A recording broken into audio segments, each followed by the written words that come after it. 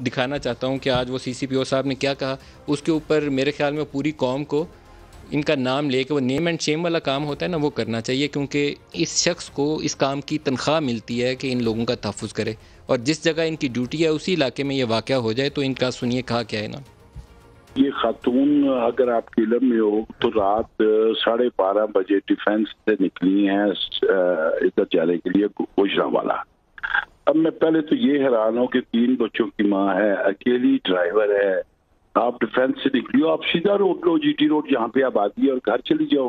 اگر آپ اس طرف سے نکلی ہو تو کم از کم اپنا پیٹرول چیک کر لو، کیونکہ اس سائے پیٹرول پمپ نہیں ہوتے۔ بہرحال یہ مسئلہ تھا ان کا۔ عمران خان صاحب، اگر آپ واقعی پاکستان میں انصاف چاہتے ہیں تو جس شخص نے اس سی سی پی او کو لگایا اور ان کے اپنے بیان کے اوپر تو ان کی جواب طلبی کریے اور ان کو سزا دیجیے، لیکن جس نے اس کی تعیناتی کروائی ہے اس شخص کو بھی سزا دیجیے تاکہ انصاف ہو جائے۔ جو یہ کہہ رہا ہے خاتون کا ریپ ہو گیا تو وہ سیدھے رستے سے گھر کیوں نہیں گئی، یا اس نے گاڑی میں پیٹرول کیوں نہیں چیک کیا؟